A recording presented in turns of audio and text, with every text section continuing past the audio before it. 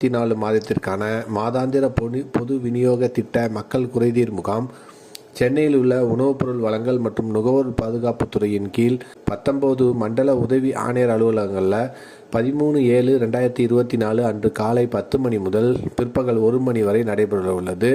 இந்த முகாமில் பார்த்தீங்கன்னா குடும்ப அட்டைகளில் பெயர் சேர்த்தல், பெயர் நீக்கம், முகவரி மாற்றம், கைபேசி எண் பதிவு மாற்றம் செய்தல் உள்ளிட்ட பொது விநியோக திட்டம் தொடர்பான சேவைகள் மேற்கொள்ளப்படும்.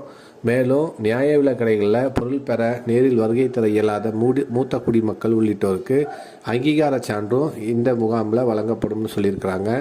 அது மட்டும் இல்லாமல் பொது விநியோக கடைகளில் செயல்பாடுகள், தனியார் சந்தையில் விற்கப்படும் பொருட்கள் மற்றும் சேவைகளின் குறைபாடுகள் குறித்த புகார்கள் ஏதேனும் இருப்பினும் அவற்றை பொதுமக்கள் இம்முகாமில் தெரிவிக்கலாம்னு தமிழக அரசு அறிவிச்சிருக்காங்க.